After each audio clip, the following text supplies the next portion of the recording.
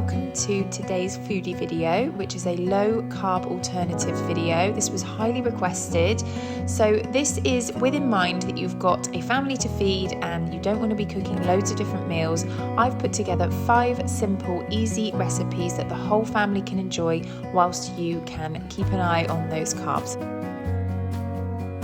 So for the first recipe, we have got turkey meatballs with butternut squash pasta. I'm a huge fan of butternut squash pasta. I much prefer it to courgette. It's nowhere near as watery. Also, from a butternut squash, you can get about 3 portions, which is amazing for the price.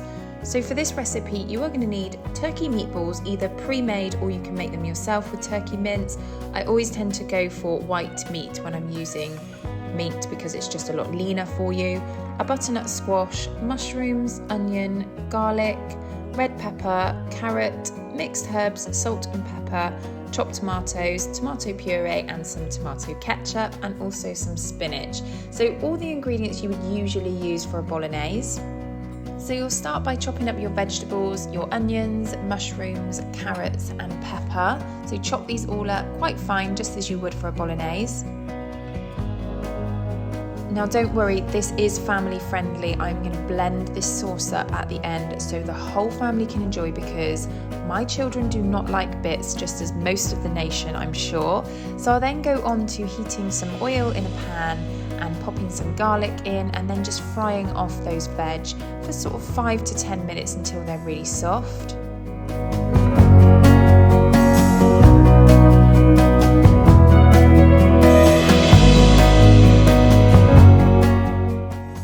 I will pop them in my NutriBullet. I love my NutriBullet. I use it to make baby food and all sorts of sauces, shakes, everything. If you haven't got one, you must get one. So I'll pop all the vegetables into the NutriBullet and then chop tomatoes in and give that a good blend.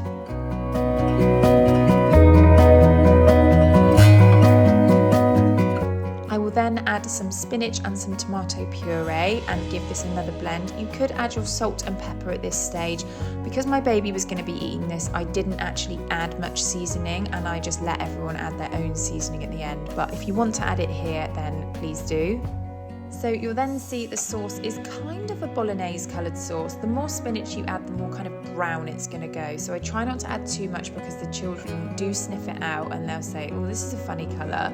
So try and keep it as kind of orangey red as possible. And as you can see, it makes absolutely loads. So then moving on to making the pasta. To make the pasta from the butternut squash, I just chop both of the ends off and then I will slice down the sides to get rid of that skin. You can use a peeler, but I just find that the skin's quite thick. So just chop all the way down the sides and then I will use a potato peeler and just peel it as if I was peeling a potato, pulling the peeler towards me. Apologies for the camera angle, my son was filming this, he really wanted to get involved. So just keep peeling it and you should end up with loads and loads of ribbons of butternut squash.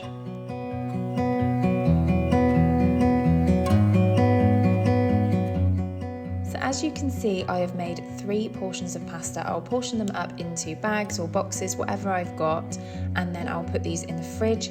I make the sauce and the pasta ribbons in the morning when the baby's napping. There's no way I could prep this food when the baby's awake and I've got my son. So I prep it all in the morning and then put it all in the fridge, and then when it comes to tea time, it's so easy.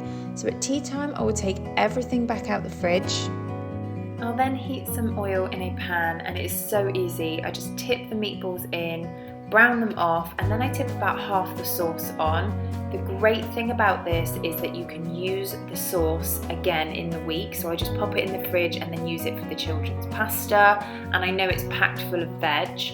I will cook my ribbons in the microwave with some salt and pepper for 2 minutes. And I'll also boil up some pasta for everyone else.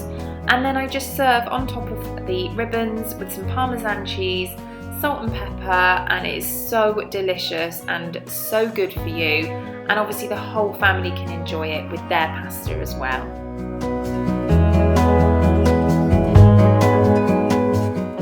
This next recipe is one of my favourites and it is corn chicken butternut pasta. I just made this recipe up and it was so delicious.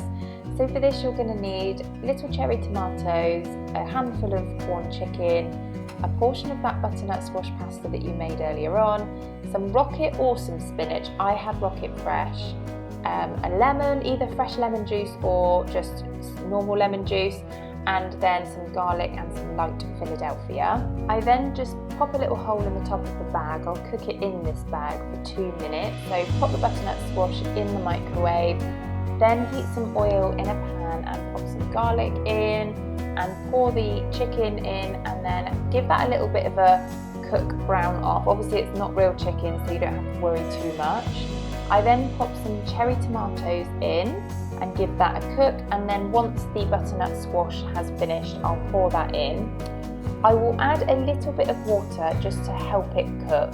So pop that in there for about 5 to 10 minutes, I would say. I cook this off. Once I feel that it's all cooked through, I'll pop a bit of lemon juice on, add your rocket or spinach. As I say, I had rocket fresh, but I would use spinach probably for nutrition if I had some.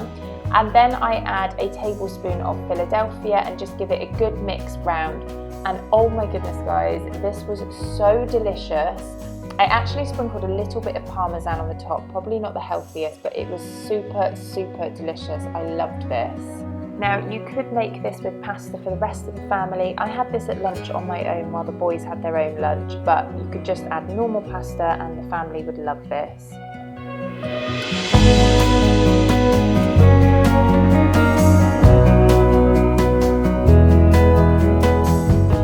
Next up is my Noodles Stir Fry. I'm not sure this is a good enough recipe to have its own spot on this video, but I'm going to show you anyway because it's something I have regularly.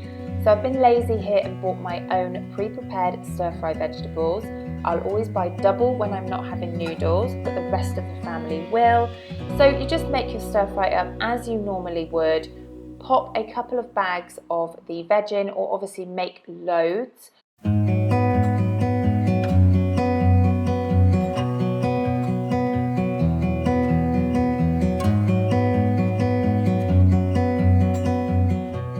Once this is reduced down after I've cooked it for about 10 minutes, I will add a few glugs of soy sauce, I think around 2 to 3 tablespoons. I always use the light soy sauce for this. I'll then turn off the heat and add my secret ingredient, which is a teaspoon of sesame oil. Honestly, this stuff is amazing. It makes it taste so good. Once I've mixed that all through, I will portion mine off, and then I'll cook Simon's noodles within it. And then I will add my next secret ingredient, which is a fried egg. Now, please don't knock this until you've tried it. It is gorgeous.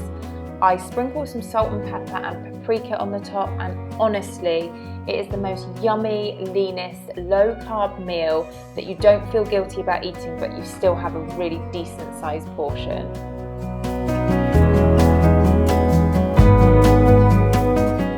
Okay, so this next recipe was on my slow cooker meal video, and it's so easy. I just put raw meat into the slow cooker, a jar of low-fat sauce, always low-fat sauce, and then fill with a little bit of water from the jar. Mix it round and pop it on low all day for about 8 hours. Now, everyone else will have brown rice, and I have these steam bags of cauliflower rice. They are so easy to use. So 2 little yummy hacks for this slow cooker curry. We have got tikka masala sauce. I add a handful of sultanas and also a handful of spinach, and honestly it makes it taste just so gorgeous, like you've got it from a shop. The cauliflower rice just goes in the microwave, so I cook it for 4.5 minutes, and then I will always put salt and pepper on the top. I just feel like it makes the cauliflower rice taste really nice. And that's it. I serve mine with cauliflower rice and everyone else's with rice, and it is honestly so gorgeous. Please try the sultana hack, you will not regret it. I actually decided after filming this to pop some low-fat yogurt on the top, so if you do like your curries creamy, use some low-fat yogurt. This really adds to the dish.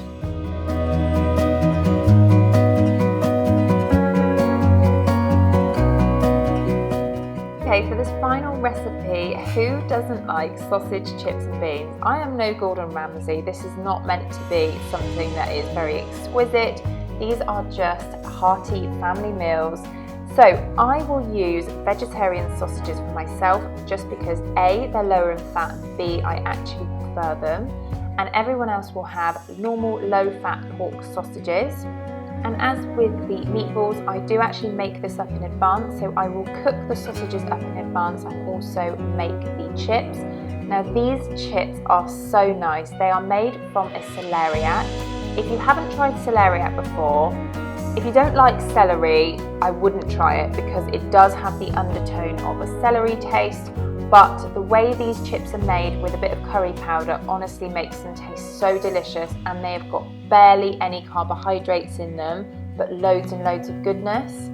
So to prep the celeriac, I will chop all of the skin off and then cut them into thick chips.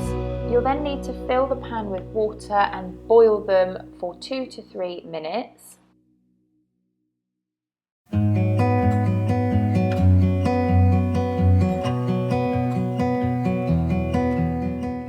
Once you have drained them, I then pour some oil on. So you could use sunflower oil or olive oil. I've used olive oil here because it's slightly healthier, but I will say they taste better with sunflower oil. I then use a tablespoon of mild curry powder. This is so important. It doesn't make them taste like a curry, but it does have a hint of it. And then I pop them in the oven at 200 degrees for 30 to 40 minutes, depending on how good your oven is. And they honestly come out so, so gorgeous.